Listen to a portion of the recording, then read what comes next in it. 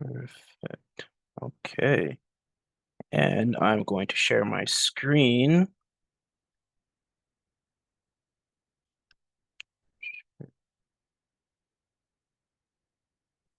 Perfect. Can everyone see that?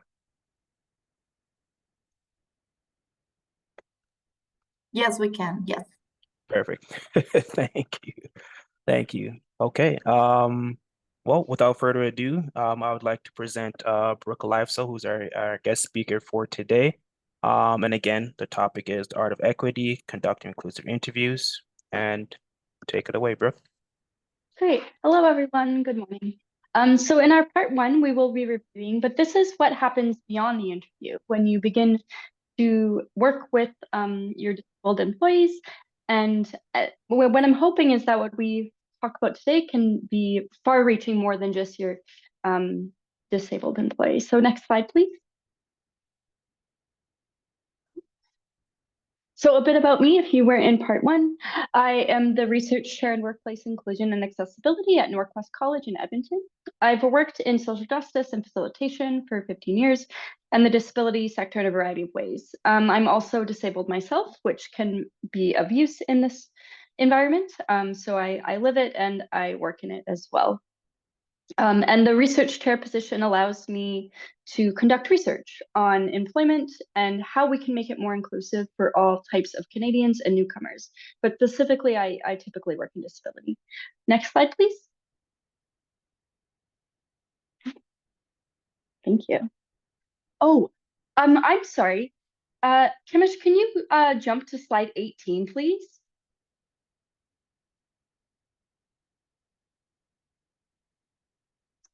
This is from part one, but this, yeah, thank you.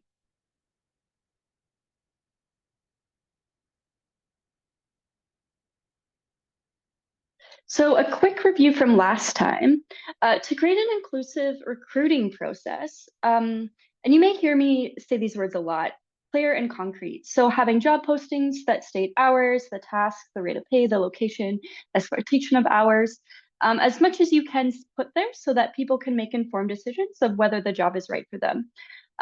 Good team player as well, things like that. We often write that into job descriptions to get a general feel of the vibe. But for some folks, particularly neurodivergent folks, this can be a little bit too vague. So if you do have the more concrete information, the better that you have.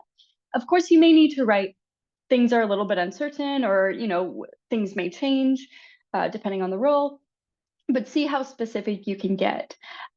Also providing questions ahead of time. So allowing your interviewees to really be able to set up an environment, the last point there, so a physical environment, but also a mental environment so that they can really put their best self forward for the position. And yeah, that clear, that concrete. And now what we're going to talk about is what happens next. So next slide, please.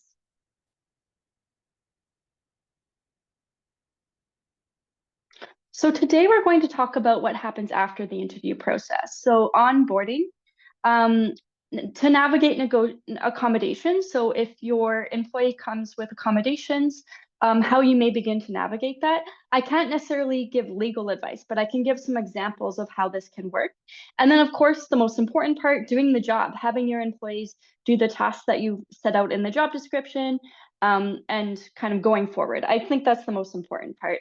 I will talk a little bit about giving supports during the job. So how do you support them? The direct supervision, promotion, a good thing, and then some termination if unfortunately you have to terminate an employee. And then organizations that can support you is how we'll end our presentation today. So as my sub point that said there, this is after you've picked a candidate, what happens next to create an inclusive experience. Next slide, please. So onboarding, I would argue this is an excellent way to lay down a foundation for any employee you may have or any person you may be working with.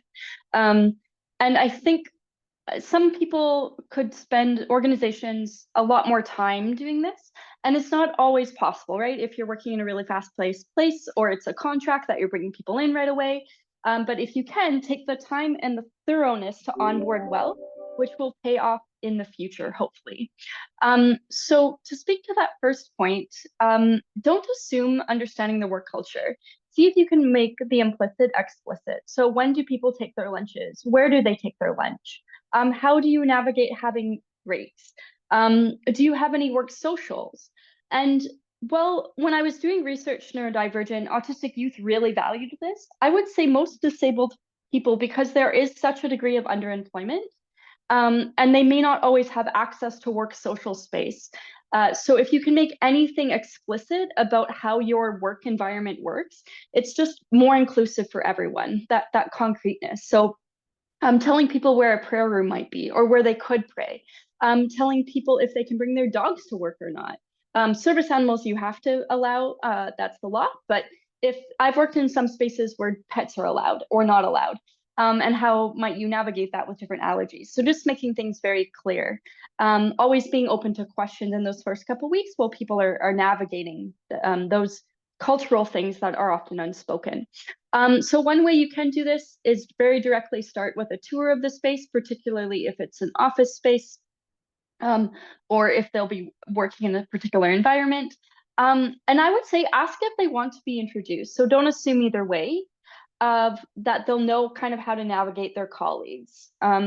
Is there a time that you could set up a more formal introduction? Is it an email? Is it to tell people to stop by their desk? So it might be valuable to just have that discussion with your new staff to see where they feel most comfortable in getting to know their colleagues. And then regarding accommodations, so I would say right off the very beginning, if it didn't come up in your interview process or your signing contract process of what they need, this is an excellent, excellent time to ask your new staff what they may need to thrive. And in my first presentation, I'm a really, really big fan of using the term access needs as opposed to accommodations, which I'll get into later, because everyone has access needs and what might be possible. I think too, I'm just going to speak a little bit more on onboarding because in this, I've even been kind of talking about a physical office. And with remote and hybrid work, onboarding becomes a lot more nebulous. So how can you onboard someone in an online environment? And I would say making sure that they really know the technology. I've made this error of assuming that people know how to use Microsoft Office. If you're working with young folks, I've worked with a lot of youth or like under 25 or even older who haven't used Microsoft Office before, are only G Suite people. So you may need to have them do online courses to get used to the technology or even spend some of their initial hours just getting used to things. I would also recommend LinkedIn has some really good basics for Excel and that sort of thing. So this would be entry level that aren't used to the online environment. And you may also, online becomes tricky about social environments and how people get to know each other. So you may need to be very explicit about that. And hybrids is kind of a weird mix in between. So how do you onboard hybrid? Maybe you have one day where you come in and you show them everything that they need technologically, and then kind of leave them, or have a once a week in-person meeting where you do see them and you connect. So those are some of the ways I would recommend onboarding. Looking at neurodivergent and disability, but this again would be applicable for a lot of your staff. Next slide, please.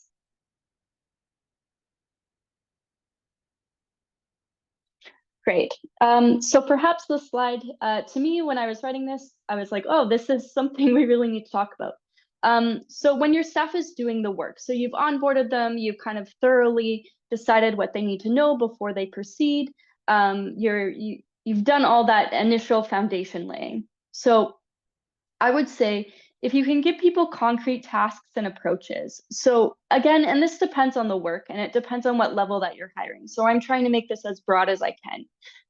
And hopefully you've done this work in the recruitment, but if you can, some of that onboarding or supervising time, or even together as a group, if you work collaboratively, make tasks very concrete. How do you want, and if you want the task to be done a particular way, provide approaches and provide examples. Something else that I've also discovered in working in the pan disability community is put your instructions in multiple ways. So when I last had 2 people working with me, I had a meeting with them. We talked through what needed to happen, and then I would send a summary email.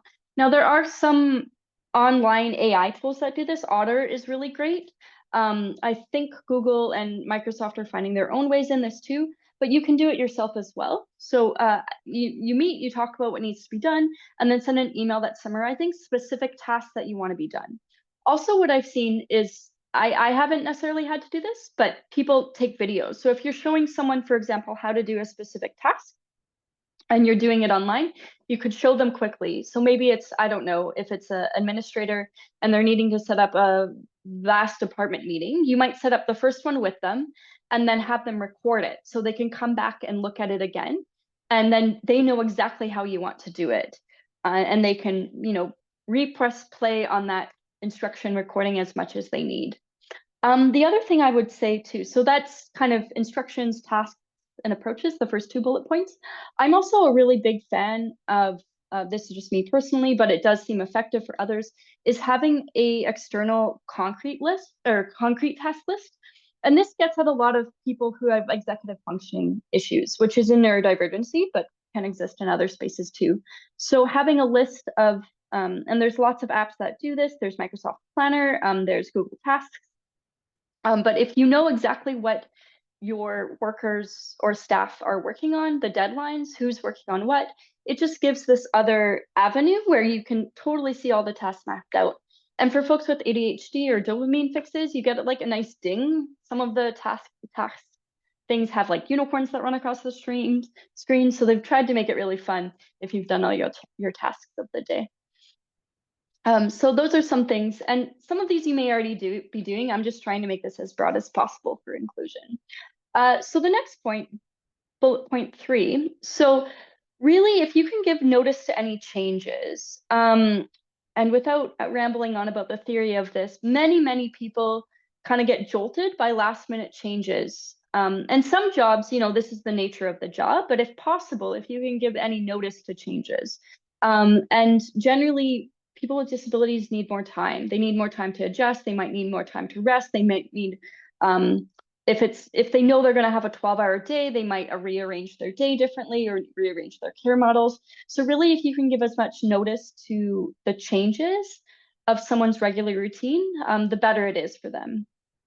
And I would say, too, if you can just check in regularly for shared understanding. So you've given the task, you've told someone what their job is, and then just make sure that they regularly check in.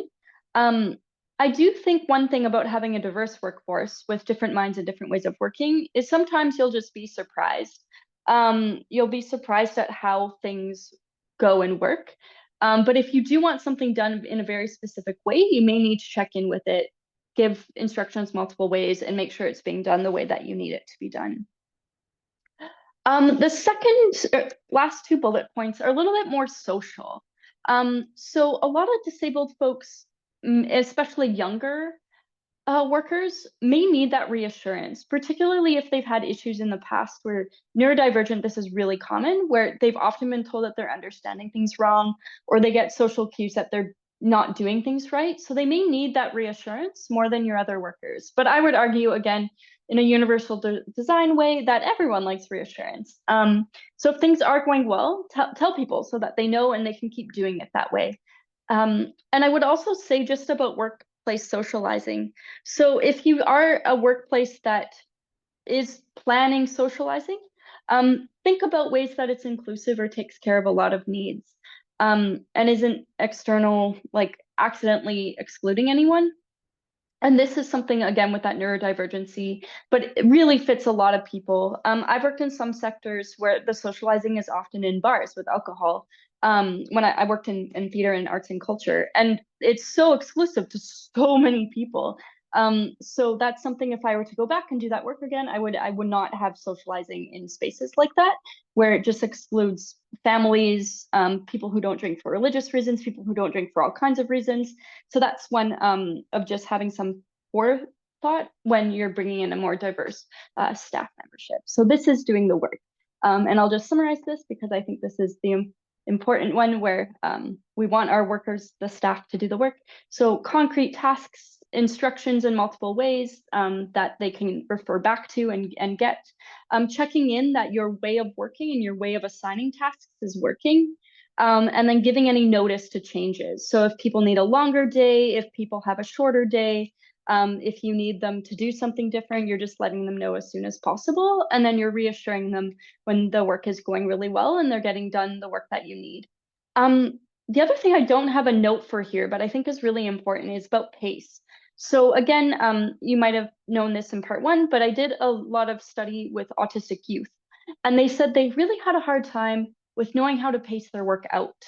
And so what you might need when you're working with particularly workers that haven't worked that much is a series of tasks that they can always do something, particularly that new worker, right? So I'm again trying to speak very broadly, but if you had a worker who ran through their tasks very quickly, to have next tasks for them. It was the biggest thing I heard was this deep anxiety of knowing kind of how to pace out their work. And they really didn't like having what they called nothing to do. They had a hard time finding their own things. So you would have to tell these young autistic workers to sweep the floor or to go check if the bathrooms need restocking. So having those kind of rote, not urgent tasks, but if you have time to do tasks on a list that they can come back to and refer to. Otherwise, there's some anxiety and kind of knowing how to fill those empty times. If it is that type of job, that's not task-based, but rather time-based, is what I would recommend. Next slide, please. I encourage any questions in the chat, or we can talk about it at the end. So navigating ongoing accommodation. So I thoroughly believe and promote starting the accommodation conversation as soon as possible, but also people's accommodations change. So what I would encourage you to do is have a regular check-in with this. Maybe it's quarterly, maybe it's during the staff review, just to see how things are going. So maybe you have a staff that's using a screen reader, and maybe that technology changes. Maybe also their body changes, their sensory changes, something happens in their life, and it makes it more or less stressful. So I would say have your accommodation check-ins be very proactive and at least like quarterly or part of their review. So you know that the accommodations you had in place are still working. The other thing I'll say too, and I'll say this as someone who is disabled, I don't always know what my needs are in this like checklist because I don't have them met. So it's taken me a long time to realize what I need to thrive. So you may have workers who don't even know what that is. And this is kind of the third point. If you do have a team that has this capacity, I recommend having someone on your HR team that is looking at what technology is available or accommodation approaches and being proactive this way. So say, for example, you had a staff that didn't seem to ever be meeting deadlines. They may not see that as needing an accommodation, but you may have another staff that's like, I have ADHD, I have executive functioning issues, and I need help with deadlines, but I don't really know what that is yet. I'm still figuring that out. And so then you may want someone on your HR team, or if you're in a union, like some kind of support to work it out with that person and then regularly check in. So that's a type of accommodation that isn't typically talked about, but it's a really valuable one. And that's where some of that task, like having your tasks be very transparent or in a calendar that everyone looks at, and then that regular check-in. So that's an excellent example of one that you would probably want to regularly check in and have quite a few people use, and that you may need to talk through someone with a late diagnosis of ADHD regarding what might help them. I've seen this quite a bit with people I support and organizations I support, is adults with late diagnoses who've always had to struggle with this. Now they have a label and they're like, so you may be on a journey with your staff to know how to navigate accommodations. So I hope that makes sense to people. Next slide, please. So supervision, I would say here, and again, this word being proactive is key. I would say have regular conversations. I would also say, depending, again, speaking very broad, conversations may not necessarily need to be verbal. They could be an email update. They could be regularly on Teams. They could be before or after a shift, if it's kind of a shift thing, but being proactive to regularly check in. And some industries are better at this than others. And so what I've done, because I've moved through a few different industries, is what works in one, I've tried to migrate into another. So I used to do frontline youth work, and that type of job, you always show up early to check in to see what's happening. And if your supervisor's there, you may check in with them as well. That type of job, that social work type 2, you have to have a conversation with your supervisor. It's built into the job.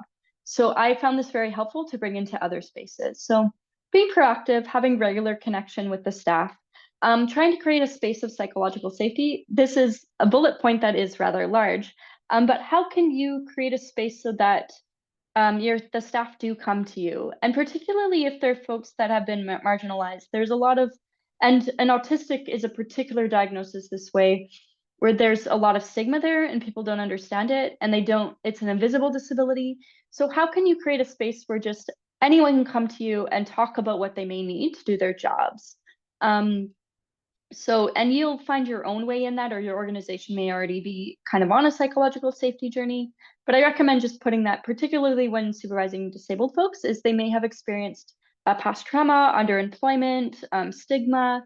So they're coming in a little bit more on guard or scared to talk about what they may need to work. And they just hold their anxiety a bit tighter, is what I experienced when I was doing my research and what I heard. Give lots of notice to allow workers to prepare for meetings. I actually saw this on the internet meme, and I recommend it.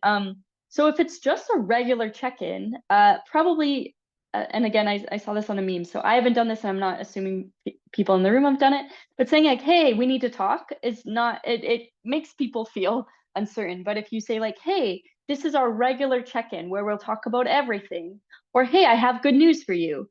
Or hey, I need to talk to you and give you a bit of feedback. So if you can give people a little bit of notice regarding the emotional tone that you wish to set for the meeting, that's helpful. And something I do when I get a random like, hey, we need to talk, I'll ask, what do I need to prepare, which gets into the next one.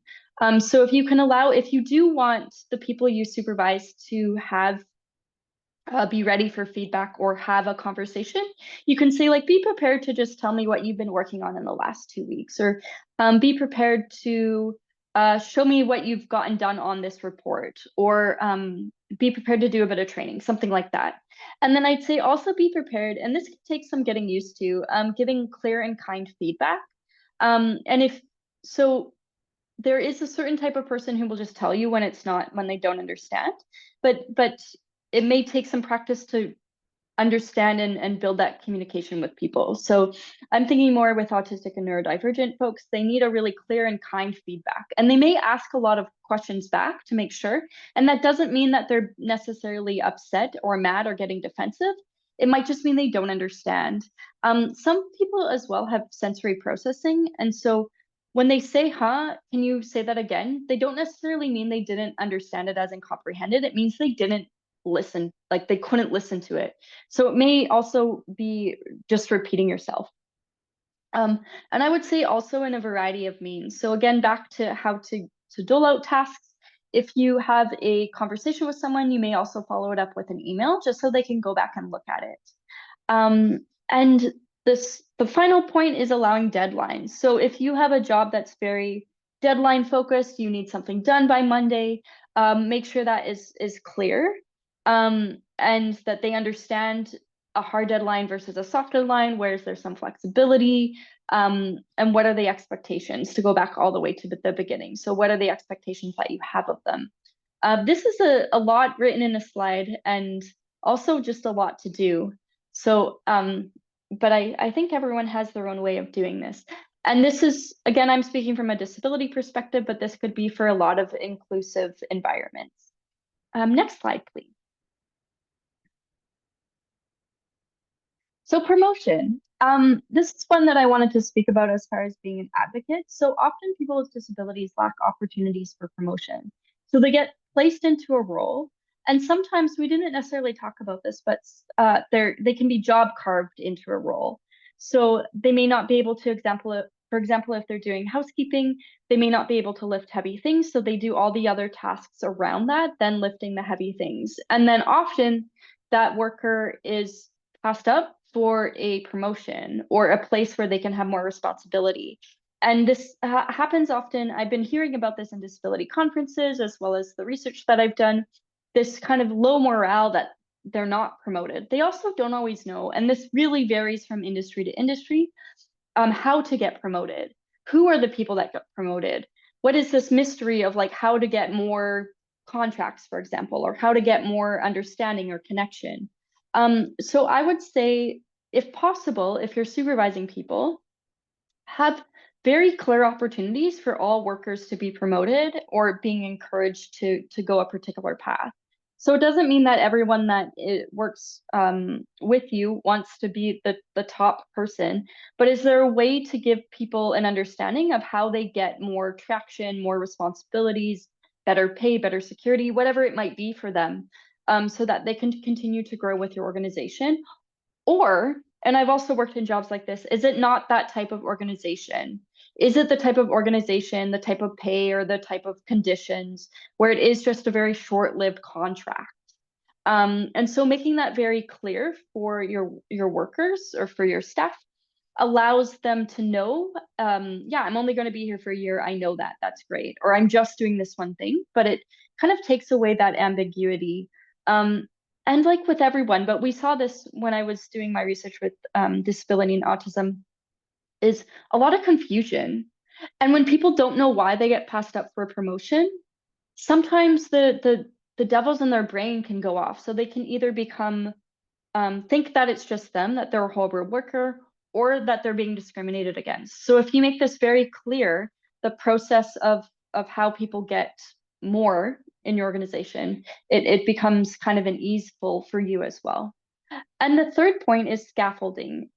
So with the job carving, you can also do this with any promotion. So say you have someone who needs that additional support, and we'll get into external supports at the end of this presentation. Can you support them in a particular way? And even the support I said about doing the job too. So maybe you're the first person, it's their first job ever. You set them up with the tasks that they need to do. And then later, 3 months later, they're doing all their own task lists. But you set in that first scaffolding support. You told them that they had all the tasks written down. You told them that they had the deadline right. You're checking their work, and then you check their work less and less and less. That's giving them greater responsibilities, and that's kind of building those scaffolds and then taking them away. And so if you have, again, and this is, I recognize, ideal capacity. A lot of what I'm saying can take up quite a bit of capacity at the front, the regular check-ins, that kind of thing. So maybe I'm speaking in some idealness, but I really wish to speak about promotion because it's come up in my research and in the literature that people are passed up. So how can we provide them opportunities to grow with organizations? Next slide, please. Oh, so this one I wanted to write because this is also the reality. So perhaps you need to terminate someone, and this could even be a short-term contract. If you're a nonprofit, maybe you were doing a giant event and you hired some event staff or some self-employed staff, and then at the end of the event, they no longer work for you. There's also budgeting constraints is a huge reason why people are terminated from contracts. So I would say the biggest thing you can do is give very clear reasons and a clear end date and what is needed before that. If it is due to performance issues, the top thing there, has there been adequate time for correction? So have you been regularly checking in and attempting to clear up any miscommunication? But of course, every organization decides how much capacity they have for this and how much they need to move on to someone else who may be a better fit for the role. If you can, what I noticed is just the disheartened. So if you already have a group of people that find employment so challenging, losing a job and even losing a short-term job that ends at the end of 3 months or 6 months, even if they kind of knew it might end, they will be so stressed about finding a new job because it took them a long time to find the job that they had. So if possible, if you can keep in touch or be a reference or send in new job opportunities, or get them in touch with organizations such as Goodwill, employment agencies, that kind of thing, to set them off in a good way. And this might also be a place too, if it is just the reality of your budget, so the reality of the role, reassure them that that was the case, that they're an excellent worker and you're happy to give them a reference letter, but there isn't the role now. And some people, if they haven't had a lot of jobs and they don't have the context, they need this particularly said. So yeah, like, I'm sorry, you're an excellent worker, but this was just an internship. and we hope that you find work, and please use this as a reference, and this is how you can. So you may need to spell things out to kind of keep those low self-confidence demons at bay. And just back to, if it is a performance issue, is there a way that you can give that kind and clear feedback and then adequate time for correction? So say they made a mistake, you told them they made a mistake, and they're like, yep, I can fix this, no problem. And you're like, okay, by the next time we meet, we'll talk about whether you fix this or not. So allowing that ability to correct and ability to understand. And it will kind of ease if there's anyone that has mental health issues such as anxiety, trying to tone that down. And if they continue make the same mistakes and you have to let them go, mentioning that it's just a space where you don't have that much time to learn or grow, and that you hope they get that in the next place that they work. I'm just kind of blasting through. Maybe I'll stop here to see if there's any questions of what I've said thus far, or any stories or examples that people would like to talk before we go into the last couple slides.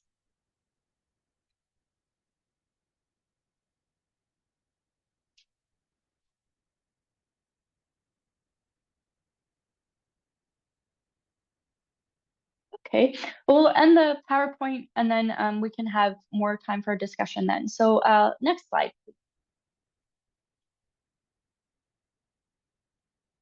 So I wanted to speak about external supports. You don't have to support all your staff alone. I want the Goodwill team that's on the call to talk a little bit about what they do. But just before I pass over the mic, there are external supports available. So I'm going to speak about two organizations right now, Goodwill and the WAIC and the Colburn Institute that I work for. But there are external career coaches that help people with disabilities maintain and gain employment. And they do some of the reassurance, some of the executive functioning task breakdown, some of the telling people how they get promotions, how HR works, health benefits, that kind of thing. So there are external supports that help with career coaching. But if someone from the Goodwill team wants to talk about what they do, that would be great. Kemish? Yeah, absolutely. So for the EIA program, so what that let's start with that. What that stands for is it's the Employer Inclusion Accelerator Program. So it's a little bit of a mouthful, but again, that's what we just call it, the EIA program. So essentially, what we do is we go out into the community and we promote inclusivity, especially on behalf of people with disabilities. So again, a lot of you that are in this meeting today are victims of us, right? The employer coach coming out to your business, to your place of work, and trying to talk to you and promote the program. And again, trying to change the mindset of a lot of the minds of a lot of the owners in these types of positions. So again, our job is to promote inclusion, and again, for people with disabilities. So what that looks like, again, in the longer term is, so it's a 6-month program once you join. So again, there's a lot of different things that we are able to do for you.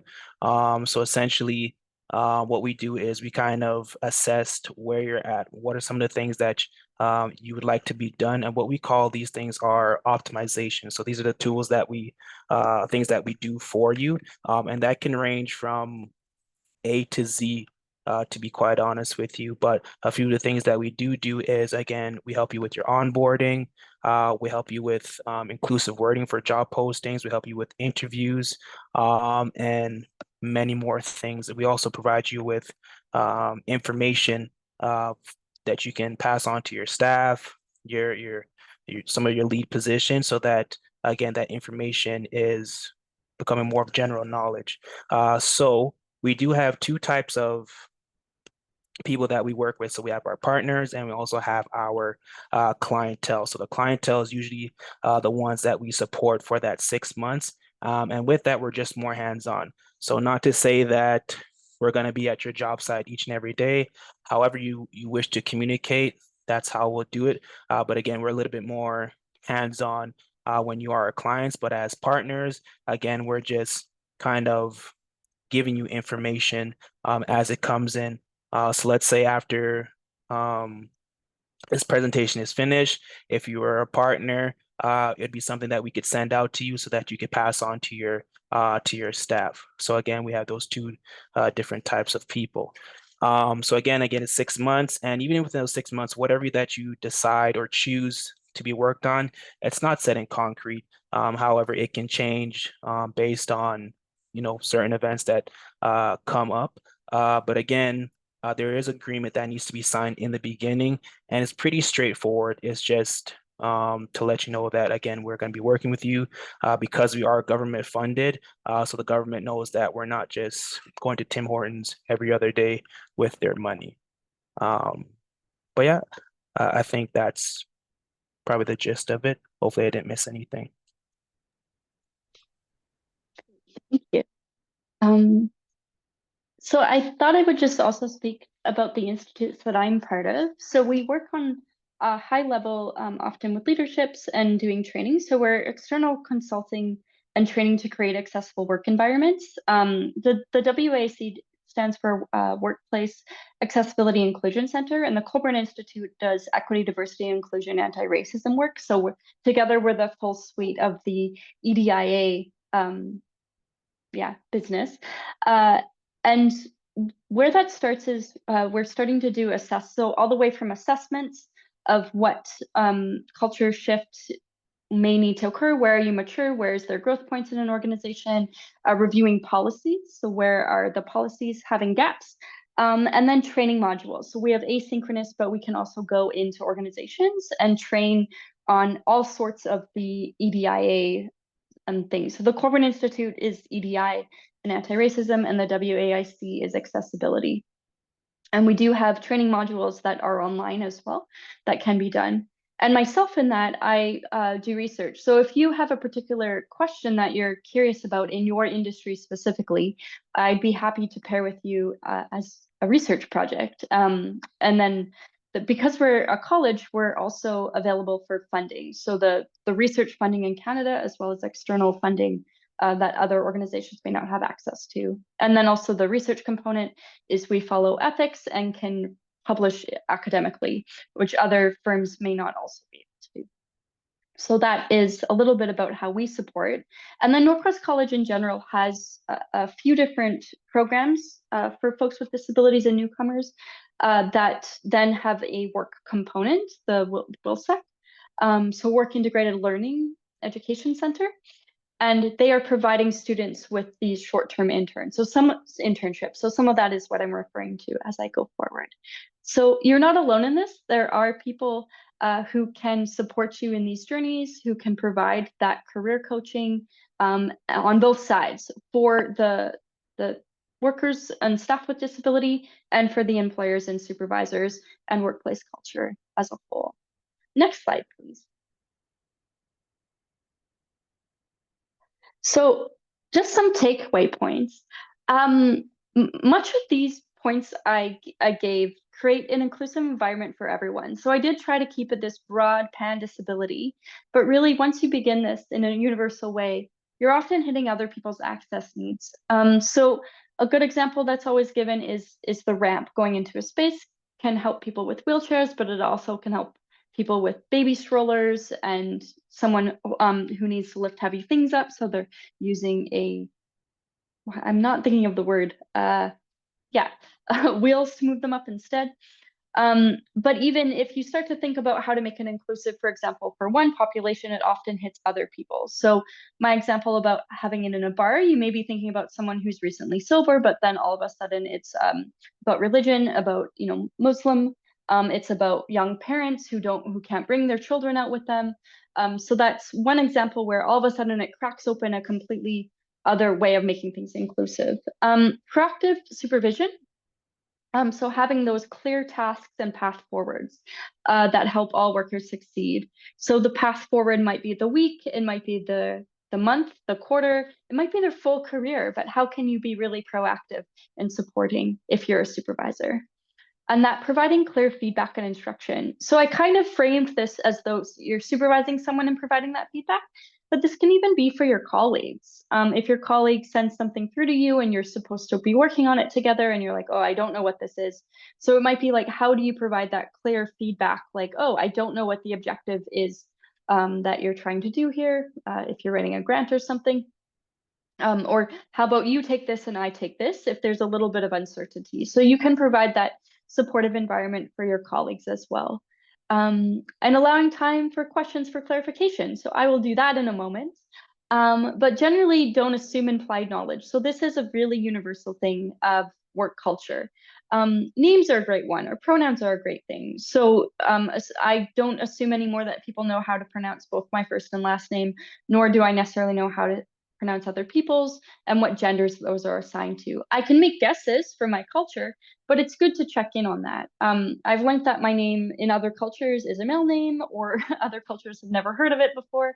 So I need to check in on that if I wish to have my name pronounced somewhat correctly and to be gendered the way I wish. So that's just one example of something that may feel implied, but it's not necessarily.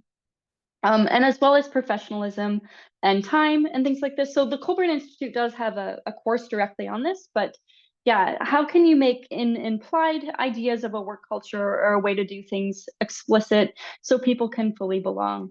And the communication styles thing goes directly to neurodivergency. So how can you kind of create an environment where everyone's communicating in ways that feels comfortable and there isn't any assumptions of what's the 100% right way?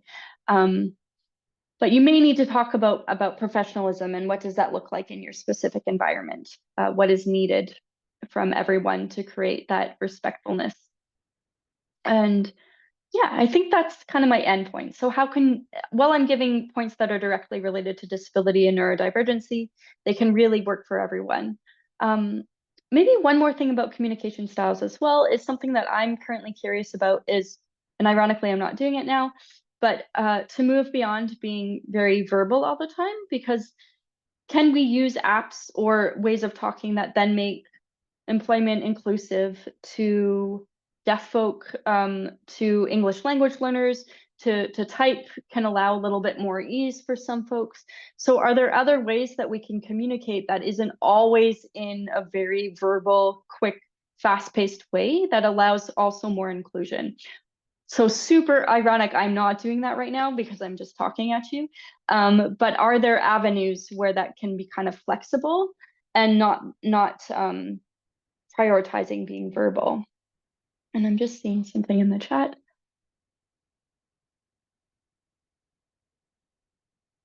Oh, Chantal, that's an excellent question. So I don't, my colleague has this in her signature. So she has her name, her pronoun, and then this link that says pronounce my name here. So I think if you Google it for an email signature, you can just add the hyperlink and then people can click and hear how they pronounce their name. For business cards, that might be a little bit harder because it's a physical thing, but you could have it. I use a business card app called Blink, and I could just have it be included into what people see when they see my signature in my email and that kind of thing. So that's what I would say is a good way, but the correct way of saying someone's name is a challenge because we all have accents, like everyone has an accent. So you may not get a name on 100% the way that someone might say their name just because of how your tongue moves in your mouth. So I like to think there's always a little bit of grace in that, but how do you do your best is what I feel. I'm curious other people's thoughts on that.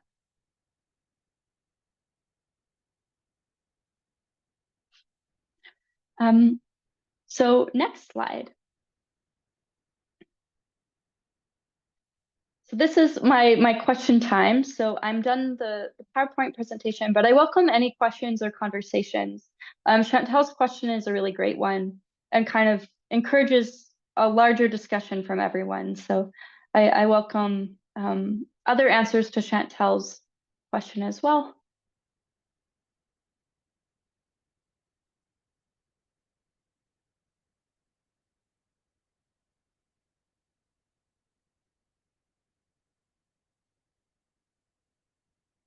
And I'll just give it a couple minutes to see if questions come up.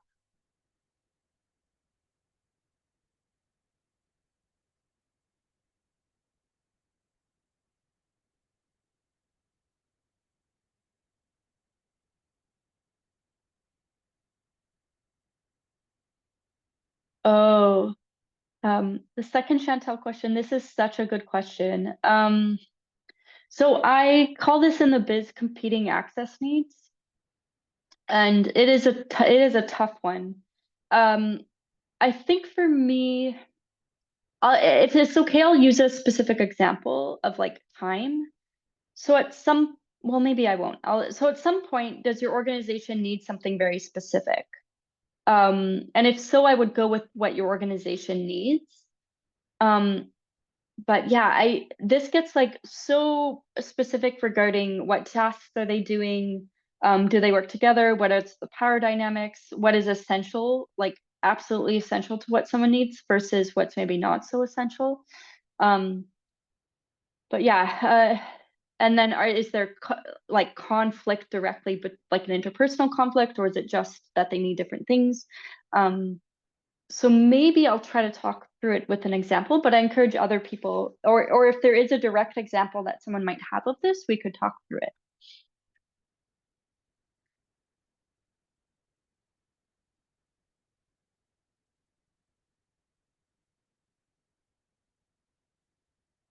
I'll wait a moment and then I'll use an example.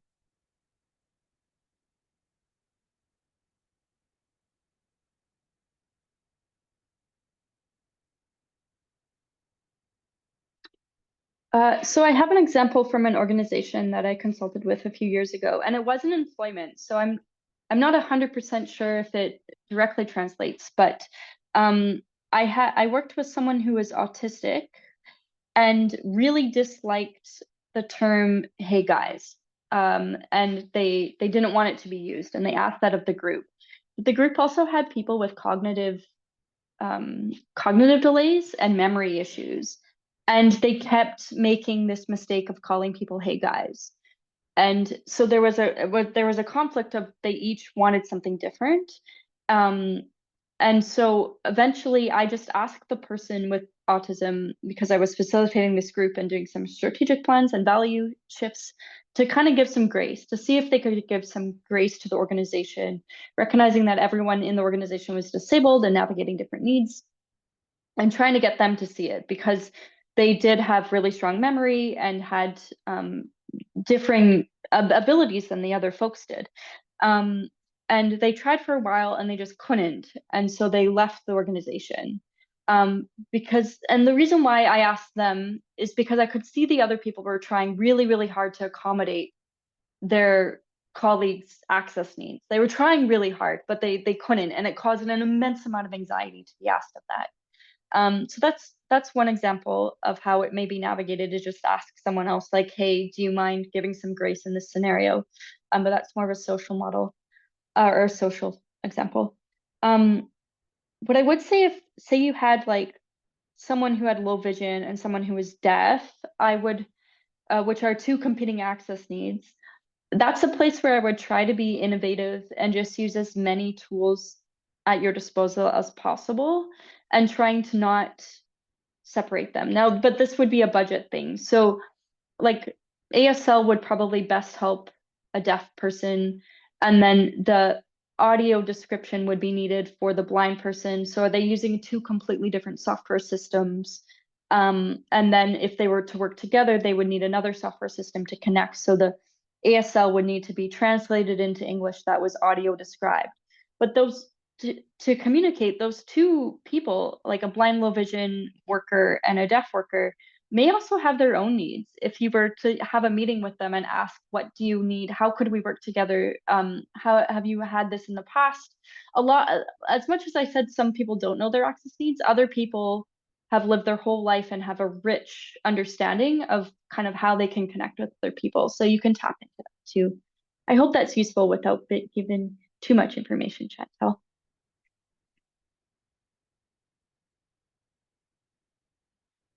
Any other questions that you would like to end our session with today? And chat is working fine with me, but you can also put up your hand too if you prefer to be verbal.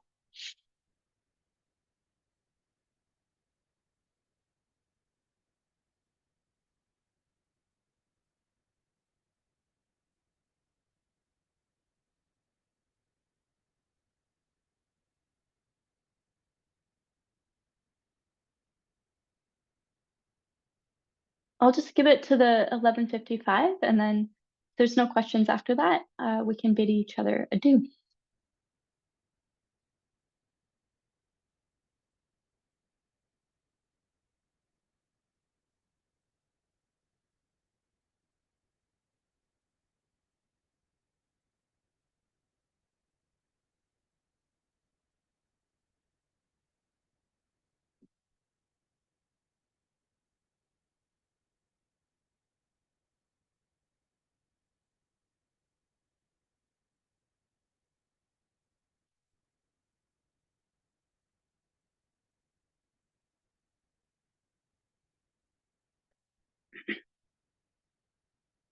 Well, thanks everyone. I'll pass it off to Kemish to give the final goodbyes.